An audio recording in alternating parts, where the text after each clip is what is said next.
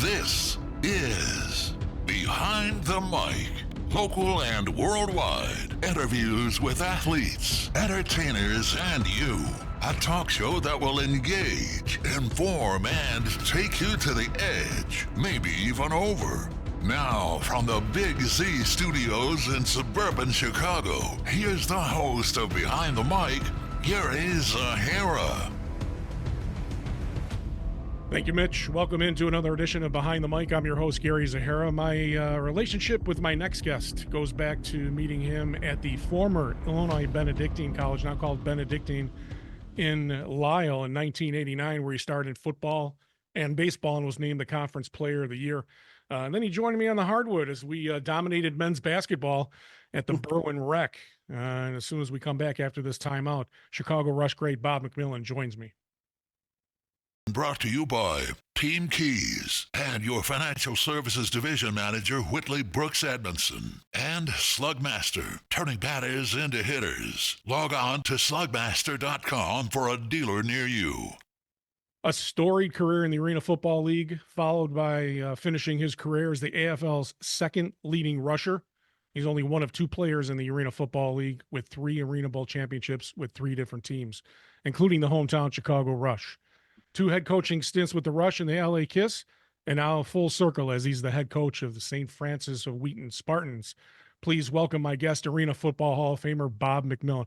Bobby Mac, how are you, my friend? Good, buddy. How have you been? It's been a long time. It's been a long time since we talked important stuff. I think the last time you were on the show was called Sportsline, and you were just finishing up your coaching stint before you went to Los Angeles with the Chicago Rush. How's things been going? Everything's been going great. Enjoying what I'm doing right now, having a blast, being able to see my kids a little bit more, but I can't complain. Everyone's healthy, and that's all that matters right now. So as a 3-sport athlete at IC, you played baseball, basketball, and football. What made you stick with football? Just I fell in love with the game. I mean, football and baseball were probably my 2 best sports growing up. I just had an itch and a passion to play football. And I just kind of fell in love with it at an early age and stuck with it throughout college and then ended up obviously going out and playing and having a great year and a great career in the Arena Football League. So, everyone asked me, do you ever wish you would have went a different way? I said, no. I said, if I could do it all over again, I'd do it the same exact way I've done it in the past.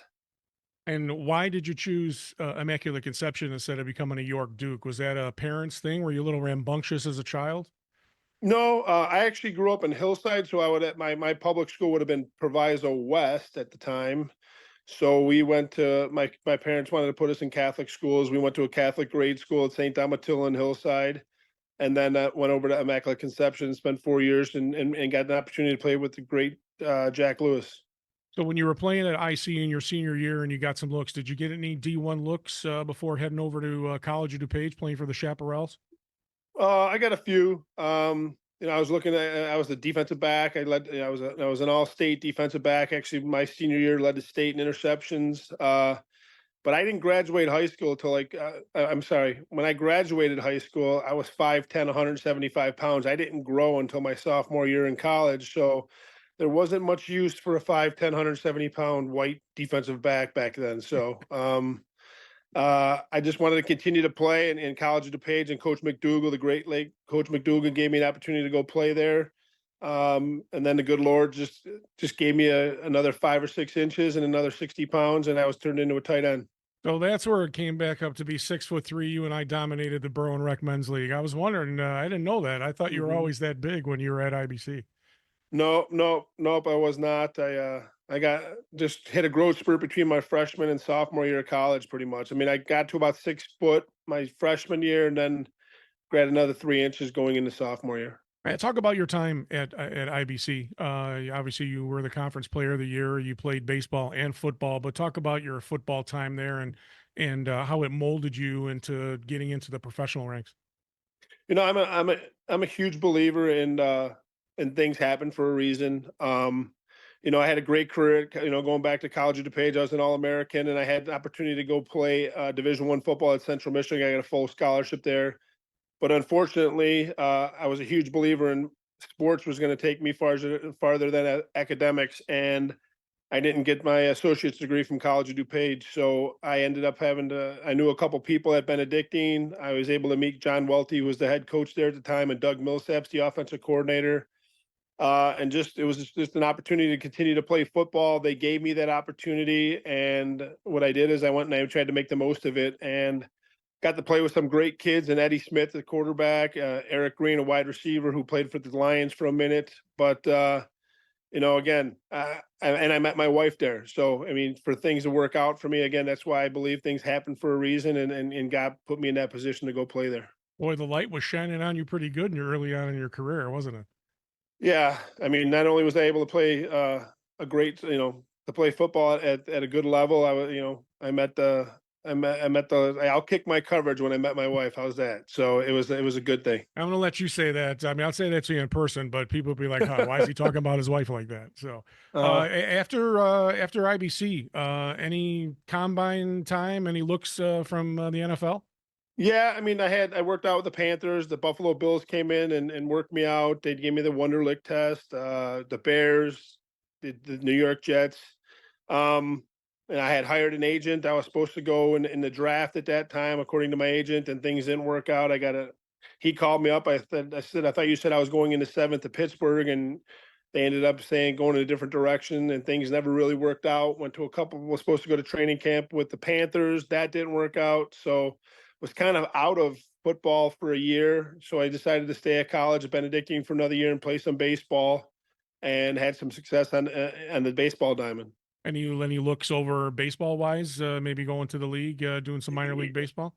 A little bit, not much, just a couple sniffs by the White Sox and the Baltimore Orioles, but nothing really panned out. I wanted to try to continue to play football as much as I could, and was hoping that I was going to get an opportunity to go to a training camp, but things didn't work out.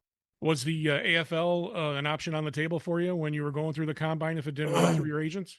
Again, it was my girlfriend, my wife now, but she was the one that says, let's go to some of these workouts, go to some of these tryouts. And we went to Milwaukee, we went to Arizona, we went to Iowa. I was actually at the Iowa camp with Kurt Warner. I went to the Arizona camp, and the old Driscoll coach, Gene Nudo, happened to be involved with the Arizona Rattlers at the time. And he kind of put in a good word with me with Danny White, who was the head coach of the Rattlers. And I was able to go to training camp. At that time, they weren't sure where to put me because, the Arena League was the running backs were still about 210, 215 pounds, and they really didn't use offensive linemen and tight end very much. So I was moving around. So eventually they ended up putting me at the fullback position, the running back position, and I was kind of the first guy to be the bigger type of fullback at that position in the Arena Football League. Well, yeah, 3 teams in 13 years: Arizona, San Jose, and Chicago. 3 titles in each of those cities. Talk about your time in each of those cities. That Gene Nudo gave you an opportunity since he was a hometown boy at Driscoll. Talk about from Arizona to San Jose to Chicago. Being able to get my career started out in Arizona and playing 6 great years out there, winning my first world championship with the Arizona Rattlers in '97 was amazing. Obviously had some huge adversity being with the Rattlers, tore not only my left but my right ACL in '96 and in '98. So I had to come back from those surgeries, which I think made me a better person and helped me understand adversity. But to be able to play with the great NFL coach and Danny White and see what he had taught me, and then obviously playing with some great players out there, and Cedric Bonner and Hunky Cooper and Randy Gatewood, and the list could go on. Just I was able to learn how to play as a team, and it wasn't an individual sports where I think a lot of people see that at times, but we won it as a team, and it helped me become a better player, helped me become a better man, and obviously a great team captain. And then obviously going over to San Jose, playing 2 years there. Another team that had some success but never could get over the hump of winning a championship. And I got able to play with Darren Arbette and play for him, who was an unbelievable coach who helped me fall in love with the game and really go out there and be able to have a voice. And he listened to me, and we were able to get some guys who maybe were some cancers off the team and bring in some new guys, and we're able to win a championship back there in 2002. And then obviously being able to come home and play for the great Mike Hohensee and the Chicago Rush in my hometown, and having my family and friends at every game and watching them and being able to play in front of them was just an amazing thing. And, Coach Hohensee gave me an opportunity to do that. And, we were able to go out and win a state world championship in 2006. So I've been very fortunate to play with some great coaches, some unbelievable teammates, and then obviously placing some great cities and some great fan bases. When you had those injuries, ACLs obviously are a devastating injury to a football player or any athlete. But when you had those injuries, were you still in the back of your mind that you wanted to go to the NFL and play? And then when that happened, did you kind of resign yourself and say, you know what, I'm pretty much going to give that dream up? Yeah, I mean, after my second one, I kind of figured the dream was out the window. Now I just wanted to see how long I could play and continue to play and play at a high level. We obviously in the Arena League, you weren't getting paid very much money. You were doing it more for the love of the game back when I played in the early 2000s and late 90s. So um, you wanted to try to do it as long as possible. And then, being able to come here to Chicago, which to finish my career here was unbelievable because of just how much the fan base loved it. We were the number one team in the Arena Football League from a fan standpoint. We were selling out almost every one of our games, and the money started growing a little bit for the players in the Arena League, so it helped out a lot. But it was toward the end of my career. But to be able to come here and play for this type of team and everything else was amazing. When you look at the title that you brought and you said good things about all three coaches, I'm going to put you on the spot here. Which coach molded you the most in the Arena Football League?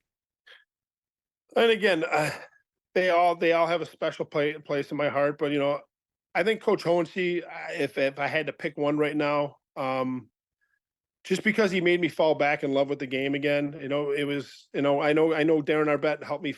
It was tough to leave Arizona because I was just, it kind of got a little bit. Just it's a business, and it got to be a bad taste in my mouth, and I didn't want to do it anymore. And then San Jose brought me over, and Darren Arbett. But to be able to come home and have a motivator, to have a great man who cared about and was passionate about the game of football, cared about his players, got the best out of his players. That I think the team that we won it in 2006, we weren't great. We had to win 6 in a row. We had to win our last 2 to get into the playoffs. Remember that move? Yeah, yeah. He just motivated us, and it wasn't just me. It was just a group of guys that we had that he got the best out of, and we were able to go on a great run and win 6 straight to win the whole thing. So for a guy to do that for a team that was underachieving, and it just shows what type of guy he is. And he's a guy that I think a lot of players that played for him would say that, Coach Hohensee is probably at the top of the list. My guest this week on Behind the Mic is Bob McMillen. We're going to take a time out and come back and talk more about his career after this. Brought to you by Team Keys and your financial services division manager, Whitley Brooks Edmondson, and Slugmaster, turning batters into hitters. Log on to slugmaster.com for a dealer near you. Arena Football Hall of Famer Bob McMillen is joining me on Behind the Mic. I'm your host, Gary Zahara. Welcome back. Bob, as we left before break, you talked about coaches that molded you, and you finished your career in Chicago, culminating with the 2006 Arena Bowl championship over the Orlando Predators in Las Vegas, a great win. As you said, you had to run the table to get into the playoffs, and then you guys just came together in all 3 of those games, on the road, by the way, to win the title. Talk about that, and also the next year being on the cover of EA Sports Arena Football Road to Glory. Talk about your thoughts about that championship team, and also being putting your face on a video game. Yeah, I mean, That face on a video game, Bob. Come on. Right? I got very lucky to be there. To be able to obviously go and win the championship was amazing. Like you said earlier, to go on the road and win it was crazy. And then obviously going to Las Vegas and going to a neutral site was just unbelievable. But the fan base was so supportive, and I think that's what was made Chicago so special. But again, it wasn't just a one-man show in Chicago. You had Matt DeRazio and Bobby Scipio and Dewan Alfonso and Dennison Robinson and Jeremy Unertl, and the list goes on of just the great players who played the game the right way, and that's why I think we were able to go on that run in the playoffs and eventually win the championship of the Arena Football title. But I've been blessed. Like you said earlier, to put this, I'm like you, Gary. I got a face for radio. So it's unbelievable to be able to put this on there and to be one of the two guys on the arena football game. Me and John Dutton was a tremendous honor for EA Sports to put me out there, and it was something that I'll never forget. I still have the poster hanging in my man cave down in my basement. So it was a pretty cool event to go out to New York and do a photo shoot, and then do like a little party of the launch of the game. So it was something that was pretty special. You still got the game, and if you do, have you played it lately? I still have the game, but I haven't played a video game in a long time, and I think I'm going to have to pick it up now that college football has come back. My son TJ is in the game now, so I might have to try to get used to playing a game again. What as you won the title and thought about the end of your career, when did thoughts of coaching enter into your mind?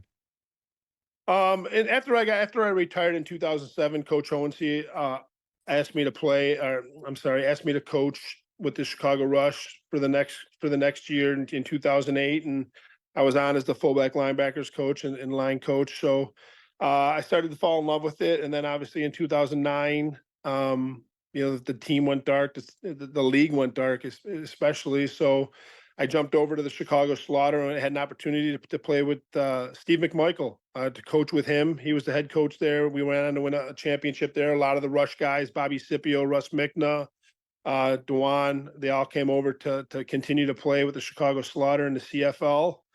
And then in 2010, when the Chicago Rush came back, Coach Hohensee asked me again to come back and coach with him, and I couldn't say no. I loved it. I fell in love with the coaching part of it, and giving my knowledge back to the younger guys who were growing, who were starting to come up and bring the league back to where it once was. So I just stayed with it and fell in love with it. There were thoughts in 2008, especially as you were the top seed in the AFL, as you became the assistant coach, you were going to win another Arena Bowl, but you guys bow out in the first round. And then the league folds after the Arena Bowl. And ironically, David Baker was my last interview at Radio Row when I was doing Sportsline. Had no clue what was going on. I mean, I've got my opinions on why the original Jim Foster's AFL folded. I want to hear your thoughts.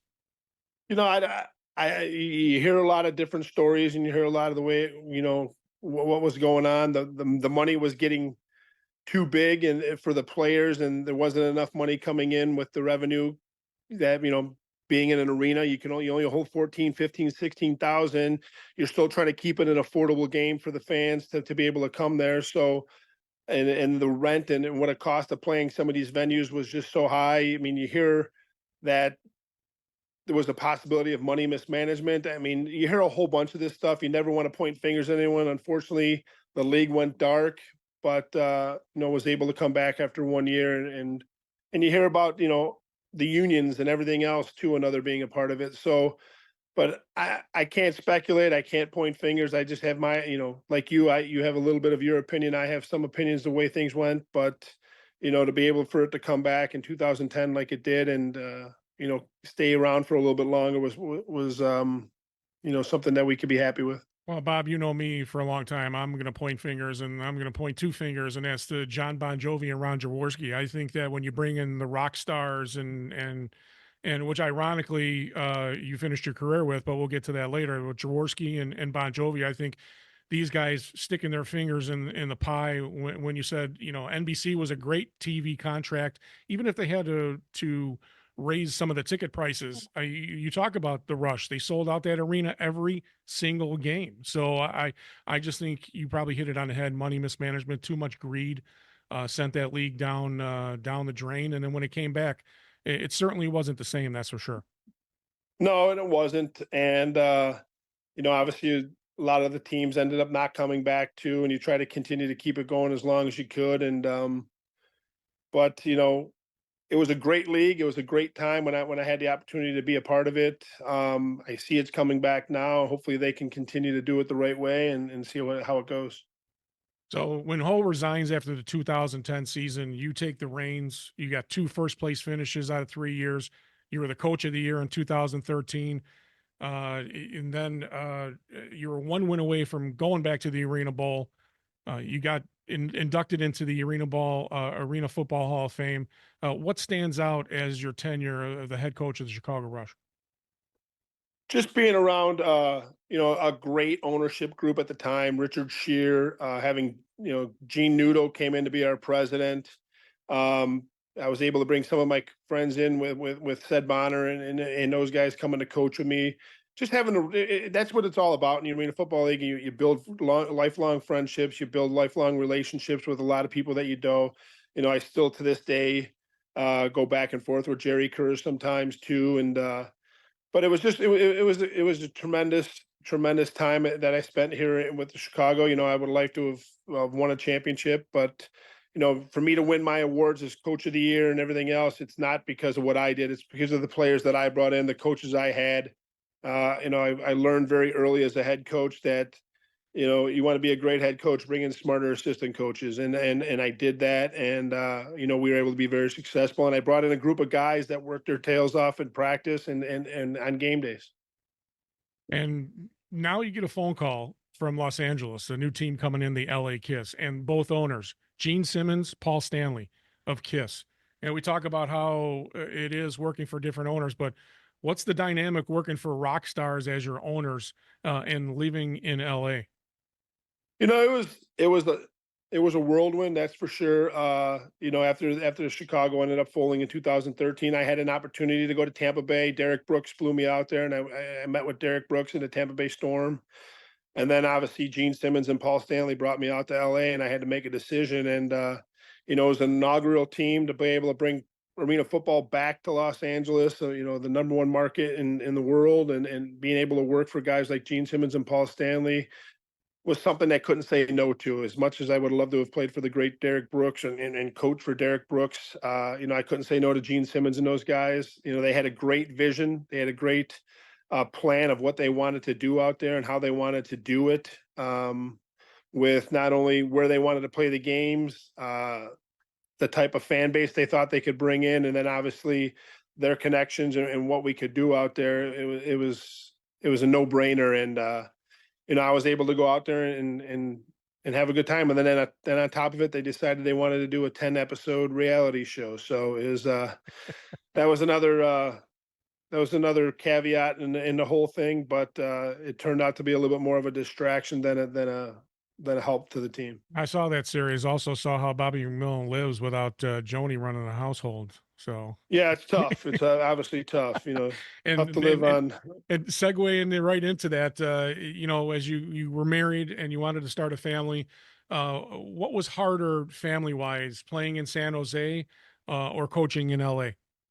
Obviously, coaching in LA was way tougher. Fortunately, you probably don't know this, but my wife was able to come live with me for the 2 years I was in San Jose. We had Bobby out there with us, Oh, okay. and things like that. My first son, and then obviously moving to LA in 2013, where now I got a my Bobby who's getting ready to go off to college, and then my son TJ and my daughter Shay who are just getting ready to get off into the sixth, seventh, and eighth grade. So, and leaving Joni back here where she's working full time. And again, I'm doing well as a coach, but not well to where I can move my family out there and buy a $5 million house and live.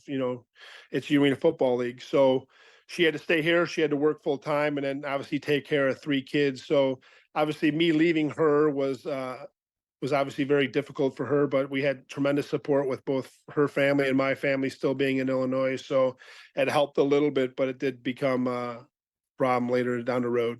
Safe to say Joni's the MVP in that family, correct? And explain how you made that family dynamic work. Was it because Joni is, and I've known her as long as I've known you. I mean, she's a headstrong woman. So is it good to have a wife who was also an athlete, maybe not at your level, but someone who understood what you were going through? Yeah, I mean, you hit it earlier on the head. She's a rock star. She is the rock of this family. She runs the show, and I think that's for any coach's wife. You have to have a strong-willed woman at home because we're on the road a lot, we're traveling a lot, especially at the level we were doing it. So to be able to have my wife and what she was able to go through and help our children grow and develop and become great young men and a young lady was was tremendous, and she is. I can't give her enough credit of how great of a woman she is. How lucky I am to be married to someone like that. And I said earlier in this interview that I outkicked my coverage when I met her in college, and I'm still outkicking my coverage every day because I fall in love with her more and more every day. Every time I get to wake up next to her. Yeah, I'm wondering if she was going to be standing over your shoulder, maybe agreeing with you or adding some tidbits on what it was like for a young Bobby McMillen to be dating someone like her. Yeah, she dealt with a difficult one back in the day. So I wasn't the most easiest guy to get around, but she stuck through it, and we're getting ready to get into our 29th wedding anniversary this August. So Oh, it'll be God bless! crazy. Congratulations. You know they can Thank you. also say that the apple doesn't fall far from the tree, but you had three apples from the tree branch.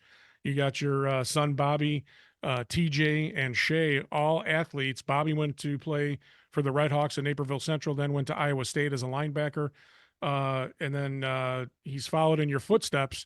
Now he's the linebackers coach at Utah State. He is. He started his career as grad assistant at TCU after he left Iowa State. Spent 2 years there with the great Gary Patterson. Gary Patterson gets fired midway through his second year there, and Jerry Kill comes on, who for the 2 years that Bobby was there, Jerry Kill was like a mentor to him. They became very close. And then obviously Jerry gets fired after that whole thing, and Sonny Dykes comes in as TCU, and Jerry goes on to be the head coach at New Mexico State. And Bobby was one of the first guys that he's like, Bobby, you're coming with me to New Mexico State to be my linebackers coach. So Jerry gave him that first start, and Bobby ran with it. And he talked to me about being a coach and everything else. I said, guess what? You got to put the most hours in. You got to work the hardest because you want to show him how great you want to be as a head coach. And he went out there and he grinded, and he did everything he was supposed to. And now he's just continuing to thrive, and he was able to go to Utah State, and Blake Anderson hired him on. And unfortunately, the whole thing with Blake Anderson went down, but he's doing a great job, and he's excited to be in Utah State. And he really believes that the Aggies have an opportunity to go out and be very successful in the Mountain West this year. You took the reins at St. Francis of Wheaton as the head football coach there in 2017. How proud did it make you to be able to coach your son TJ in his formative years as a football athlete? Oh, I couldn't have been more blessed. Like I said, I think things happen for a reason. I was one of 75 people that applied for the football coaching job at St. Francis just because of the storied school it is, and how well it's won championships and developed great young men and women from that school. But to be able to get the head coaching position was a tremendous honor. I went in and went full force. I wanted to make I wanted to make the school and the community and the alumni proud of what I was going to bring to St. Francis, and I was able to do that. And then obviously having the opportunity to bring TJ along and be able to be very successful with him. I mean, the kid did everything we asked him to do, and it was offense, defense, quarterback, kicker. He was going to do whatever it kicked, but be able to coach your son and then watch his development over 4 years, and how well he played, how well he conducted himself, and then just the accolades that he did with being all state and all conference and defensive player of the year and offensive player of the year, and doing the things he did was a testament to him of how hard he worked. It's not what dad did to him. It's how great he wanted to be in high school, and then obviously go out and get an opportunity to play at the college level. Well, let's not split any hairs here. It's not too fun having your dad as a head coach because you really can't get away with too much shit. You know what I mean? He's looking over your shoulder. If he does something wrong, he doesn't get in trouble. Oh, that's coach's kid. Or if he gets extra time, oh, that's coach's kid. But the way you talked about it, and I did some research on TJ and how he transformed himself into a football player. He redshirted last year at Illinois, and do you have your fingers crossed? Is it looking good for him to start on the O line next year?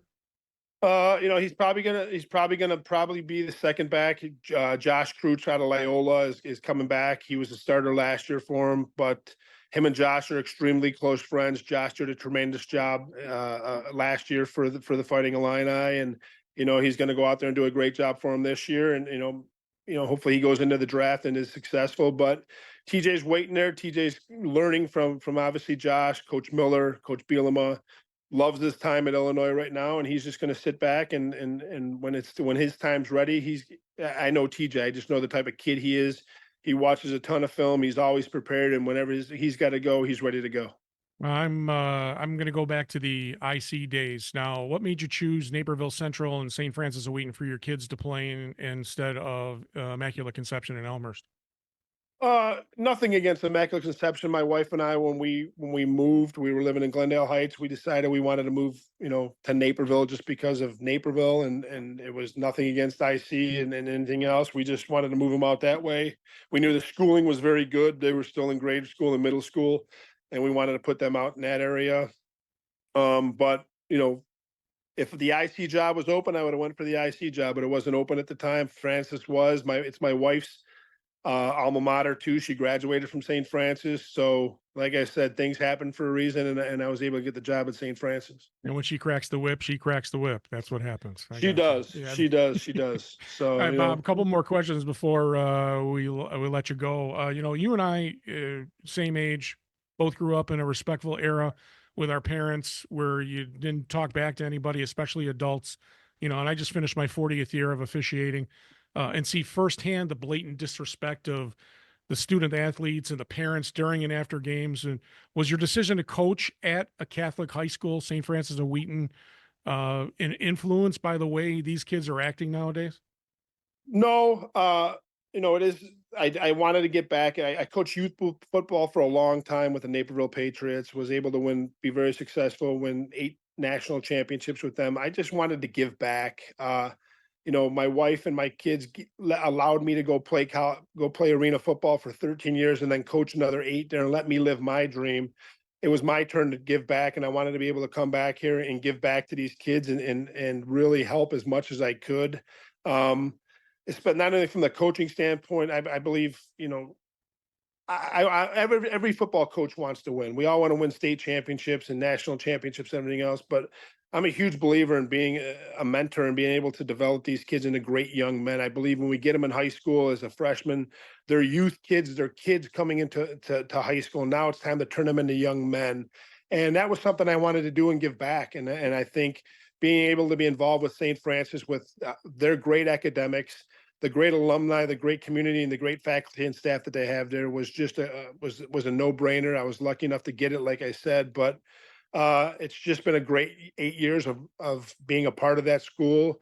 The school is flourishing, being able from an academic standpoint and an athletic standpoint. And I just want to be able to do as much as I can for these kids to help them live their dream and get them to hopefully to the next level. And that's, to play college football, no matter if it's Division 1, 2, or 3, because I think being able to play any type of college football is a job now for these kids. And they have to understand that it's a work in progress. You can't just show up and play anymore. You got to be able to put the time in and the effort in for the whole year and be ready to go, because the next guy coming is looking forward to taking your job.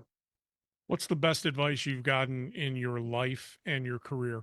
Man, it's I've gotten a ton. The thing is that it's easy to say is never give up, no matter how big the problem is.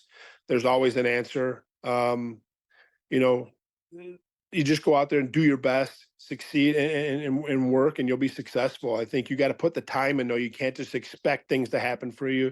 You got to work your butt off to be able to go out there, and no matter if it's in athletics or in the real world, you got to put the time in and you got to put the hours in. And if you work like you're supposed to and go out there and put all the effort in you can, great things come. I just want to let you know that I was at the Allstate Arena. I saw Earth, Wind, and Fire in Chicago in concert last week, and I looked up into the rafters, and there are no Chicago Rush banners anywhere to be found, my friend. Yeah, I heard that. I heard that they took all those down. I think it might have been a bad little thing when the Chicago Rush left there back in the day. So it's a shame because it was a great place to play, and we had a great fan base. Bob, we're going to do a little feature here, and I do this with everybody that comes on the show toward the end. It's a segment called In a Word. I'm going to give you some people, places, things, some phrases. If you can describe it in a word, great. If not, answer it the way you want to answer it, okay? Sure. All right. In a word, Bob, your childhood. Difficult.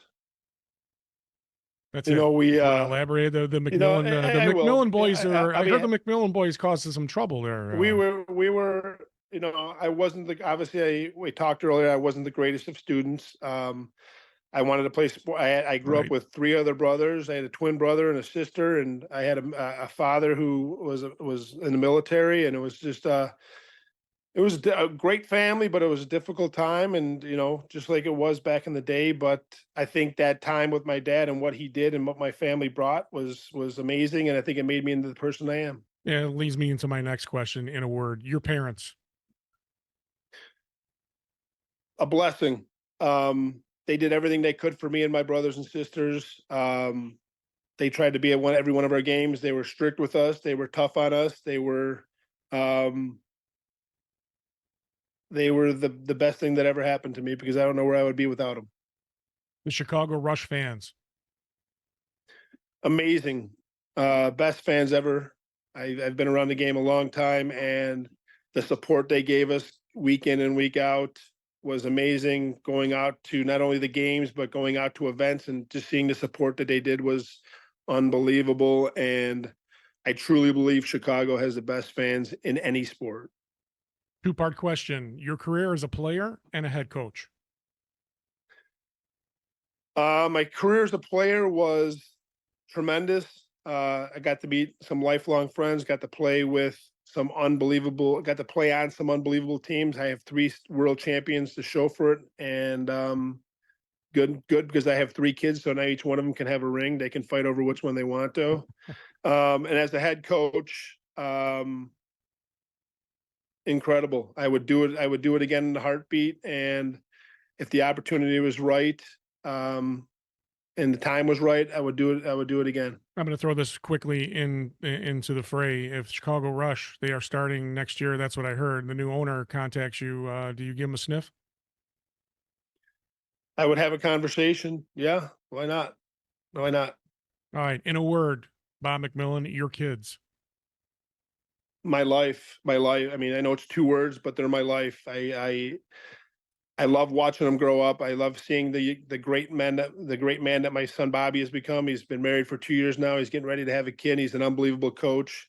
My son TJ, who is just a resilient, unbelievable young man who's going out there every day to help Illinois win games. And then I think the best athlete and the strongest person in this group is my daughter Shay. You know, she is a tremendous young woman who is going to go out and be very successful playing volleyball at Parkland next year, and then hopefully in a couple of years she'll have an opportunity to go play college volleyball somewhere else. And needless to say, the McMillan household is still competitive after all these years.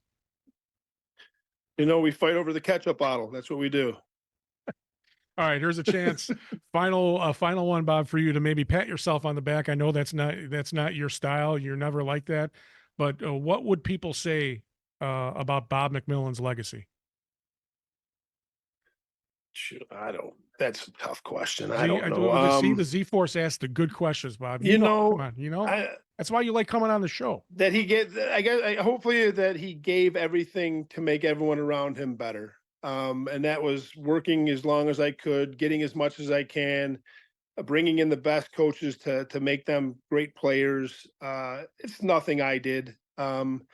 I just believe that if I work hard, I think the people around me work hard, and when you have people that work around you and the players that work hard around you, you're going to have success. And it's not I'm not writing anything different than any other coach in the world. That I just go out there and I try to do as much as I can to make it easier on everyone else. That's all. And by the way, you're the last hometown boy to bring a football championship to this city. 2006 was the Arena Bowl. Chicago Bears haven't won a title since 1986. So how about that? Yeah, well, I think with this new draft class, and we got an unbelievable quarterback and a good football coach, I think they're getting ready to turn the corner. So I'm excited to watch what they can bring out this fall. Bobby McMillen, you and I have always had a good rapport. We've known each other for 30 plus years. It was good to see you come back to Chicago, win a title with the Rush, and see all the things you've done, and see you and Joni put together a tremendous family. And I love seeing you when I stop by St. Francis to do some basketball or some lacrosse. It's always great having you on the show, and thanks so much, and continued success with the St. Francis Spartans, who, by the way, I think you're less than a month away of starting your regular season already. Yeah, August 30th, we start up. We have our first home game against Kenwood, so we're excited. But Gary, it's always been a pleasure to continue this relationship over the years for as long as we've had it. And then obviously getting to see you, bumping into you once in a while you're reffing, even though you're not moving as quick as you used to up and down the court anymore. That's for sure. And I think maybe you should start, officiating wrestling. You don't have to move as much. So Or that, or softball, or maybe water polo, I think, too. exactly. Just stay behind the plate. Just stay behind the plate. But obviously it's been a blessing to be around for this long and have a great friendship with you. And thank you for having me on your show. There's, I'm sure, a million other people that are better than me that you could have brought on. So I appreciate it. Oh, no, absolutely not. Bob, thanks for everything. Thanks for coming on. Continued success, and we'll see you down the line. Appreciate it, buddy. Thank you. Take it easy, bud. Okay, take care. Arena Football Hall of Famer Bob McMillen, Chicago Rush great, legend. Always great to talk to that man. He's always got some good things to say. He's got some insight. We probably could have taken another hour to talk about football and life, but we'll have him on again. I'm sure, especially as he said, if the hometown Chicago Rush, who evidently are coming back, don't know how this Arena Football League is going to go. I'm sorry. I like the original. And if you heard earlier in this interview, my two culprits for sending the original Jim Foster Arena Football League down the toilet was Ron Jaworski and that rock and roll long-haired clown John Bon Jovi. So hopefully whoever runs the Arena Football League can get some major talent, major TV time, and the three largest markets back into this league, or else it's just going to be a league that's, I don't know, for people who don't want to watch NASCAR too much. A final word. As I talked about in the interview with Bob McMillen, I went to go see Earth, Wind, and Fire in Chicago at the Allstate Arena a couple of weeks ago. And let me tell you something. Ever since my mom and dad passed away, I've been thinking about my own mortality. And for some reason, music has brought me to a level of where I don't worry about getting old too much anymore. I love music. I love, the last couple of years, I've had a great partner. It's actually going on 5 years. I don't know how that's happened, but been together with her, and we've gone and seen concerts. But Earth, Wind, and Fire, I will always see anytime they come into Chicago or close to Chicago. You got to catch Earth, Wind, and Fire in concert. Yes, they're not the same band. Maurice White has passed away. They lost a lot of their horn section. But I tell you what, Gary Bias, the saxophonist, and Philip Bailey can still hit the high notes on Reasons. But my first time seeing Chicago was every bit of what I've heard about this band. I've listened to them, the Peter Cetera years. I was born in 1970, so I didn't catch them. I didn't really listen to Chicago until like the late 80s, early 90s. But seeing Earth, Wind, and Fire and Chicago in concert, the two best horn sections in music history, period. Argue with me, fight with me, send me an email and tell me why.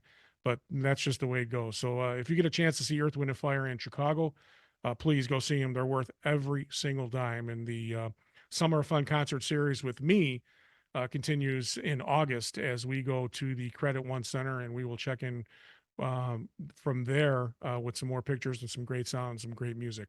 I want to thank Bob McMillen for joining me on this episode of Behind the Mic. And guess who got to be editor for the first time? Stage manager Heather Marie. Can you believe that? Congratulations on not blowing up the studio. And I want to thank you for listening. Click the like button, click the subscribe button, hit that notification button when the new episodes come. Please follow me on Instagram at the One Behind the Mic. We'll have all the links and all the descriptions in the bottom of this video. So for Bob McMillen, Heather Marie, and my executive producer, Eric Ferguson, my name is Gary Zahara. Thanks for watching Behind the Mic.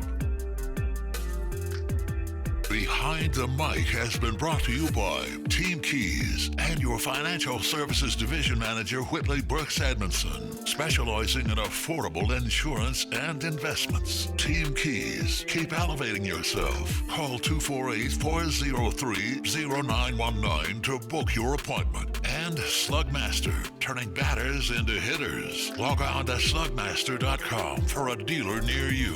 Behind the Mic is a Did He Go production, produced by Z-Force Media. Stage manager is Heather Marie. The executive producer of Behind the Mic is Eric Ferguson.